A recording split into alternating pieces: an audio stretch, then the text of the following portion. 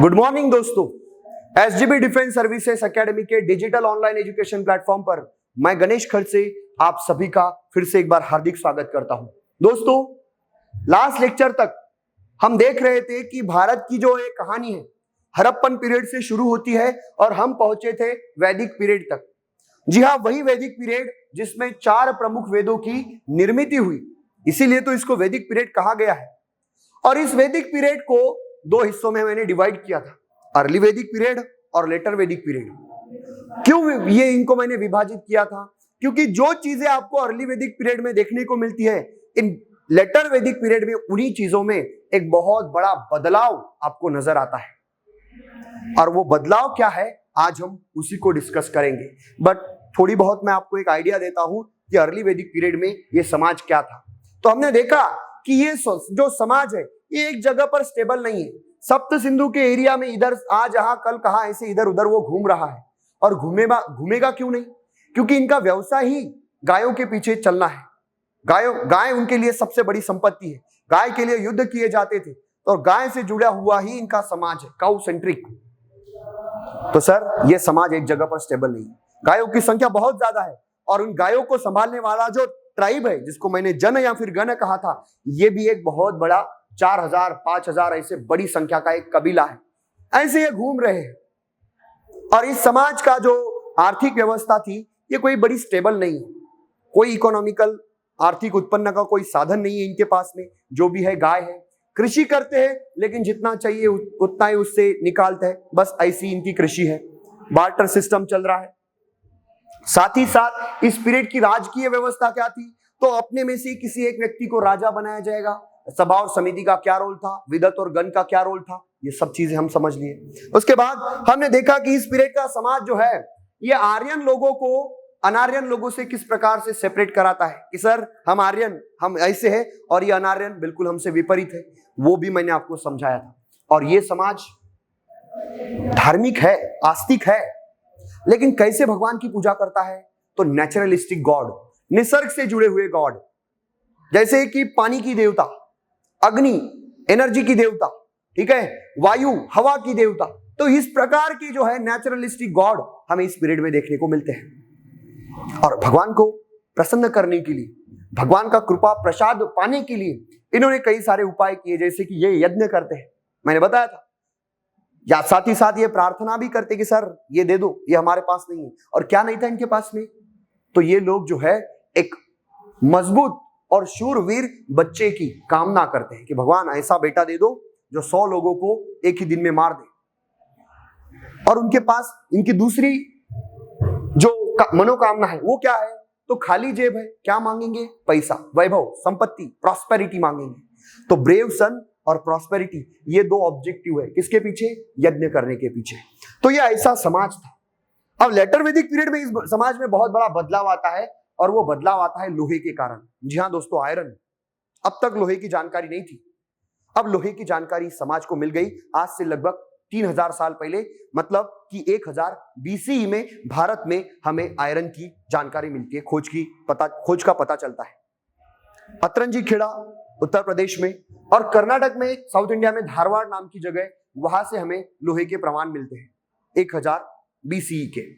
अब दोस्तों, जो भी नई चीज हमें पता चलती है उसका हमने नेगेटिव सेंस में इस्तेमाल किया है।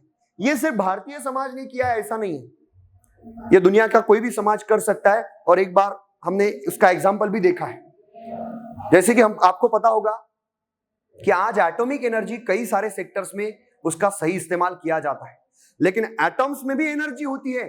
ये जब बात हमें नए से पता चली तो उससे हमने क्या बनाया मालूम है? Atomic bomb. मतलब लोगों को तबाह करने के लिए, घर उजाड़ने के लिए क्या बनाया हमने? Atomic bomb. वो जो एनर्जी जिससे आप बहुत कुछ कर सकते हो, उसका आपने नेगेटिव सेंस में इस्तेमाल किया। और सेकंड वर्ल्ड वॉर में न जाने कितने गरीब मासूम लोगों के घर आपने उजाड़ दिए। नेगेटिव सेंस का ही तो इस्तेमाल हुआ ना, है अणुबॉम्ब का इस्तेमाल करके। यही इन लोगों ने भी किया। लोहा मिलने के बाद इन्होंने कृषि में उसका इस्तेमाल नहीं किया, इन्होंने एरोज बनवाए। लोहे से एरोज समझते हो ना, धनुष्य बाण, तलवारें बना दी, भाला बनाया युद्ध के लिए। बाद में धीरे धीरे करके उनको पता चला कि सर ये तो बनते रहेगा, लेकिन इसके लिए इस लोहे का सबसे ज्यादा इस्तेमाल अगर हमने कृषि में कर लिया तो एक बहुत बड़ा बदलाव आ जाएगा हमारे जिंदगी में। समय लगा उनको समझने के लिए, समय मतलब कितना, 1-2 साल नहीं, 100-150 साल लग गए। और धीरे धीरे धीरे करके लोहे का सही इस्तेमाल किस प्रकार से करना चाहिए ये लोग अब सीखने लग गए। और इसी लोहे की वजह से इस समाज में एक बहुत बड़ा परिवर्तन आता है। और वो परिवर्तन आज हमें वही सोसाइटी, इकोनॉमी, पॉलिटी, रिलीजन, इन सारे मामलों में समझ लेना है। तो पहला पॉइंट हम डिस्कस करेंगे एज यूजुअल, इकोनॉमी, आर्थिक व्यवस्था। लेटर वैदिक पीरियड में ये लोग जो है गंगा यमुना दोआब में शिफ्ट हो गए। अब गंगा यमुना दोआब मतलब क्या, तो यूपी बिहार का एरिया। अगर आपको याद है तो मैंने बताया था ये लोग शुरुआत में मतलब अर्ली वैदिक पीरियड में ये लोग सप्त सिंधु के एरिया में थे, मतलब पंजाब, राजस्थान, हरियाणा, कश्मीर और आज का पाकिस्तान, ये एरिया में। लेकिन लोहे की खोज के बाद लेटर वैदिक पीरियड में ये गंगा यमुना दोआब, दोआब मतलब दो आब मतलब दो नदियों के बीच का प्रदेश, गंगा यमुना नदी के बीच का प्रदेश, यूपी और बिहार का एरिया, उस एरिया में शिफ्ट हो गए। कहते हैं कि इस एरिया में उस समय बहुत बड़ा घना जंगल था, लेकिन वो जंगल इन लोगों ने इसी लोहे की मदद से साफ कर दिया और वो जमीन को बीज बोने लायक बना दिया। बड़ी मेहनत की। अब सर आपको भी शायद आपको अनुभव होगा, अगर आप एक किसानों की फैमिली से अगर जुड़े होंगे, नजदीक से देखा होगा, तो जो भी जमीन नदी के पास में रहती है वो बड़ी फर्टाइल होती है, वहां से बहुत ज्यादा उत्पादन निकलता है। और गंगा यमुना तो कितनी बड़ी नदियां हैं सर, और इन जमीन के, इन नदियों के बीच की या फिर पास की जो जमीन है वो तो ऑब्वियसली फर्टाइल होगी ही, उत्पादकता उसकी ज्यादा होगी ही। और ये लोग इसी एरिया में अब शिफ्ट हो गए, वो जमीन उनके हाथ में आ गई।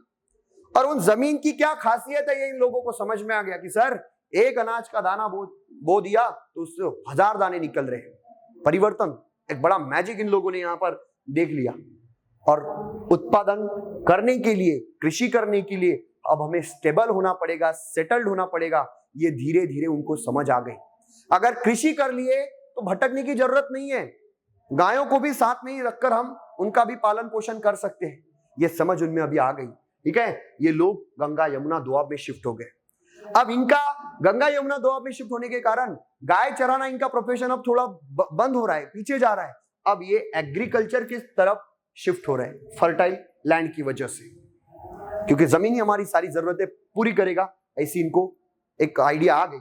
उसके बाद जमीन का महत्व क्या है ये इनको अभी पता चल गया कि जिसके पास ज्यादा जमीन उसके पास ज्यादा उत्पादन। अब सर जिस जमाने में गाय इंपॉर्टेंट थी, गाय के लिए युद्ध लड़े जाते थे, अब सर इंपॉर्टेंस किसको आ गया, जमीन को आ गया, लैंड को आ गया। तो युद्ध किसके लिए होंगे, जमीन के लिए। जी हाँ, कई सारे इतिहासकारों का कहना है कि प्रसिद्ध महाभारत का युद्ध जो है ये इसी लेटर वैदिक पीरियड में हुआ है। क्यों, क्योंकि वो भी एक जमीन से जुड़ा हुआ ही युद्ध था, वो जमीन से जुड़ा हुआ एक युद्ध था और ये कंडीशन उस युद्ध के लिए सुटेबल है। ठीक है, तो वो युद्ध इसी पीरियड में कहीं ना कहीं लड़ा गया है, ऐसा कई सारे इतिहासकारों का कहना है। ठीक है, अब सर जैसे जिसके पास सबसे ज्यादा गायें थी उसको गोमंत कहा गया, अब जिसके पास ज्यादा जमीन रहेगी, बड़ा जमींदार या फिर रिच फार्मर, उसको गहपति कहा गया। क्या कहा गया, गहपति कहा गया। इन लोगों ने उत्पादन लेने के लिए एक नई बीज बोने की एक पद्धति का खोज किया। क्या, तो पैडी प्लांटेशन। व्रीहि का मतलब क्या था दोस्तों, राइस। ठीक है, अब अगर आपने राइस का प्लांटेशन देखा होगा तो उसके लिए बांध बनाने पड़ते हैं, बहुत सारा पानी उस बांध में स्टोर करना पड़ता है। ठीक है, और पानी में फिर वो बीज, वो जो धान रहता है, राइस का जो धान रहता है, उसका जो पौधा रहता है, उसको बोना पड़ता है वहां पर। ठीक है, तो इस प्रकार की जो टेक्निक है बीज बोने की, उसको पैडी प्लांटेशन कहा जाता है, ये उन्होंने सीख ली। और सर इस पैडी प्लांटेशन की वजह से ये व्रीहि मतलब राइस के उत्पादन में एक जबरदस्त बदलाव या फिर सरप्लस अमाउंट का प्रोडक्शन इन लोगों को मिलने लग गया। अब जैसे इनको ये पता चल गया कि सर इतना सारा अनाज मिल रहा है कि सर 2 साल घर बैठे खा सकते हैं, तो इन्होंने वो गाय के पीछे भटकना ही छोड़ दिया, उत्पादन के ऊपर उत्पादन, और जितना जम सकता है उतना उत्पादन इन्होंने लेने की कोशिश की। ये कमाल क्यों हो पाया, ये कमाल हो पाया आयरन की वजह से, ये कमाल हो पाया जमीन फर्टाइल प्लेन की वजह से, और ये कमाल हो पाया पैडी प्लांटेशन की टेक्निक के कारण, और एक जबरदस्त सरप्लस मतलब एक्स्ट्रा का प्रोडक्शन इन लोगों के पास में आ गया। और एक सिद्धांत ये कहता है कि उस पीरियड में जो लोग रहते थे वो सेटल्ड होने के कारण एक ही जगह पर थे, और उनका समाज जो है उनमें पॉपुलेशन मतलब लोक संख्या भी ज्यादा बढ़ गई। बट सर, लोक संख्या ज्यादा बढ़ना आज जिस प्रकार के लिए भारत के लिए हानिकारक है, ये इनके लिए हानिकारक नहीं था। क्यों? क्योंकि उत्पादन जरूरत से ज्यादा था। उत्पादन इतना था कि पॉपुलेशन उस समय कुछ भी नहीं था उनके लिए। ठीक है, तो पॉपुलेशन की ग्रोथ हुई, लेकिन वो नेगेटिव सेंस में नहीं ली, ये पॉजिटिव सेंस वाली है। अच्छा ही हुआ, काम करने के लिए लोग अलग अलग मिल गए उनको। ठीक है, और इस वजह से ये इनकी आर्थिक व्यवस्था में सुधारना होने लग गई आयरन की वजह से। तो दोस्तों, इकोनॉमिकल पॉइंट में आगे देखते हैं। ये गृहपति जो है, इसके पास में बहुत जमीन है। अब मान के चलते आपके गांव में 1000 एकड़ जमीन है किसी एक व्यक्ति के पास में। क्या वो 1000 एकड़ वाला किसान जो है, वो मालिक, क्या वो खुद हल चलाएगा? बिल्कुल नहीं। वो मजदूर लगाएगा, काम के ऊपर लेबर्स लगाएगा। अब लेबर अगर उसके खेत में काम करता है तो लेबर्स को रिप्लेसमेंट में कुछ पैसा देना पड़ेगा कि नहीं? इसका मतलब वो अगर आपको लेबर प्रोवाइड कर रहा है, श्रम कर रहा है आपके जमीन के अंदर, तो रिटर्न में कुछ देना पड़ेगा। इसका मतलब लेन देन हो रही है। यही लेन देन इस पीरियड में भी शुरू हो गई। ये बड़ा गृहपति जो है खुद काम नहीं करता था, काम करवा के लेता था। और जमीन यानी कि खेती करने वाला जो किसान है, ये अलग अलग व्यवसाय के साथ में उसको जुड़कर रहना पड़ता है। उसको लोहे के जो औजार है उसकी जरूरत पड़ती है, उसको लकड़ी के काम की जरूरत पड़ती है, उसको आपका लेदर वर्क की जरूरत पड़ती है, कपड़ा तो नेसेसिटी है ही। तो अलग अलग प्रकार के प्रोफेशंस वाले काम करने वाले लोगों का किसान का आज संबंध आता है। ऐसी ही रिक्वायरमेंट इस गृहपति की थी उस समय। हल कैसे बनाएंगे? ठीक है, उसके बाद मेटल्स का काम कैसे करेंगे? अब सर, ये इसकी गृहपति की जरूरत थी क्योंकि इसके पास बहुत बड़ी जमीन थी। अब इसकी जो रिक्वायरमेंट्स है ये उसी समाज के लोगों ने फुलफिल की। किसी ने हल बना के दिया, किसी ने लोहे के औजार बना के दिए, किसी ने लेदर का वर्क करके दिया, ठीक है, किसी ने कुछ और काम करके दिया। तो अलग अलग प्रकार का काम करके गृहपति को वस्तुएं उन्होंने दी। अब रिटर्न में क्या मांगेंगे गृहपति से? अनाज। जिन लोगों के पास में कुछ नहीं था उन लोगों को भी जीना है, और जिसके पास बहुत कुछ है उसको भी तो जीना है। तो सर, इसकी रिक्वायरमेंट सामान्य लोगों ने पूरी की, रिटर्न में इससे अनाज ले लिया, और यहां पर आपको बार्टर सिस्टम एक फुल फ्लेज में चलता दिखने को मिलता है। स्टार्टिंग ऑफ इंटरनल ट्रेड इसी को कहा गया है। मैं गृहपति हूं और आप एक लेदर वर्कर। अगर मैं आपसे जूता सिलवा के लेता हूं तो रिटर्न में तो कुछ देना पड़ेगा ना। अगर मैं आपसे हल बनवा के लेता हूं रिटर्न में कुछ देना पड़ेगा ना। तो ये जो लेना देना हो रहा है इसी को इंटरनल ट्रेड कहा गया है। इंटरनल ट्रेड, गांव के अंदर का ट्रेड। ठीक है, अब बार्टर सिस्टम एंड निश एंड शतमान, ये तीनों आपको एक्सचेंज मीडियम देखने को मिलेंगे। बार्टर सिस्टम, निश नाम का गोल्ड मटेरियल आता है, और साथ ही साथ शतमान नाम का भी एक गोल्ड मटेरियल आता है। तो ये जो है लेन देन के साधन बन गए। ठीक है, साथ ही साथ गांव में छोटा सा मार्केट, शाम को लगते हैं ना रास्ते पर मार्केट, इस प्रकार के मार्केट इस पीरियड में देखने को मिल गए। ठीक है, अब जो ज्यादा का है वो बेचने के लिए मार्केट में लाया जाएगा, तो मार्केट सिस्टम।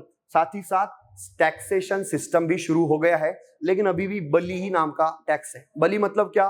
तो वॉलंटरी गिफ्ट, वही जो आपको लास्ट शुरुआत में बताया था। ये समाज डेवलपमेंट कर रहा है, लेकिन इतनी भी नहीं कि राजा कंपलसरी मांगेगा तो हम टैक्स दे ही देंगे, ऐसा नहीं। डेवलपमेंट्स धीरे धीरे धीरे करके होती है। तो अभी भी ये इतना मैच्योर नहीं है कि फुल फ्लेज में टैक्स भर सकता है, लेकिन टैक्सेशन शुरू है। राजा के पास में पहले जितना पैसा आता था उससे ज्यादा पैसा अब आने लग गया है। ऐसे हमें इस इकोनॉमी से पता चलता है। अब सर, पॉलिटी के पीरियड में क्या कहेंगे? तो इनकी पॉलिटी फिक्स हो गई। ठीक है, जन बिकम्स अ जनपद। पद मतलब क्या? तो पोस्ट। ठीक है, पोस्ट मतलब फिक्स। ठीक है, तो इनकी एक आइडेंटिटी बन गई कि सर हम यहाँ के रहने वाले, हम वहां के रहने वाले। जब पहले उनका कोई आइडेंटिटी नहीं था कि कहाँ के रहने वाले, अब उनको एक जगह मिल गई, जनपद। ठीक है, तो उन्होंने अपने अपने एरिया पकड़ लिए। ठीक है, किंग बिकम्स मोर पावरफुल। राजा जो है, जमीन उसके पास में आने की वजह से, पहले जो संपत्ति थी वो सब ट्राइब की संपत्ति थी, अब जो जमीन इनके पास में आ गई वो राजा की संपत्ति मानी जाती थी। तो राजा जो है, राजा के पास में जमीन है, राजा के पास में गृहपति रिच फार्मर्स है जो उसके राजा को बलि देकर राजा को खुश करने की कोशिश करते।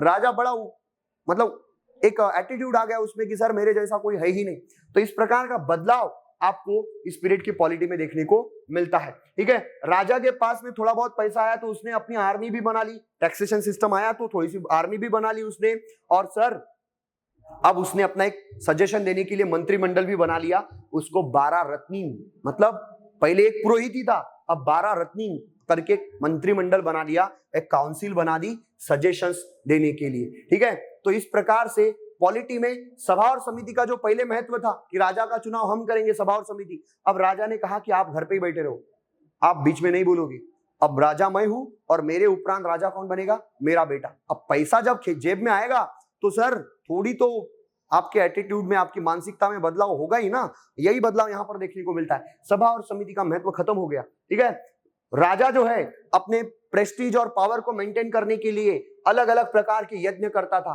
साथ ही साथ इस पीरियड में जो जनपद है उसके नाम कुछ इस प्रकार से आपको मिलते हैं, विदेह, मिथिला, कुरु या फिर पांचाल। तो इस प्रकार की ये जो पॉलिटी है हमें लेटर वैदिक पीरियड में देखने को मिलती है। दोस्तों नेक्स्ट लेक्चर में हम देखेंगे कि इस प्रकार इस पीरियड की समाज व्यवस्था क्या थी और इस पीरियड की धार्मिक व्यवस्था क्या थी, वो दोनों पहलू हम नेक्स्ट लेक्चर में डिस्कस करेंगे। तब तक के लिए यहीं पर रुकता हूं। Thank you.